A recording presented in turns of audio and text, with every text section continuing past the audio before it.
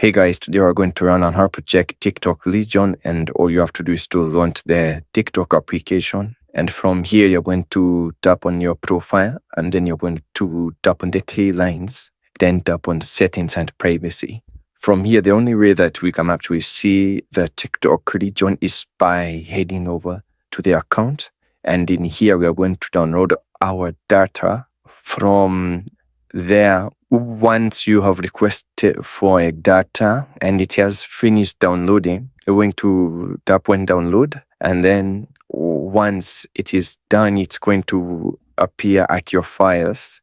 So we are going to head on over to our files, and then we are going to scroll down a bit, and as you can see, here is our TikTok data. I'm going to tap on it. And once you see this type of folder, you're going to tap on it, and then you are going to see the TikTok location while you're in here. For my case, it's just that I did not choose all the information.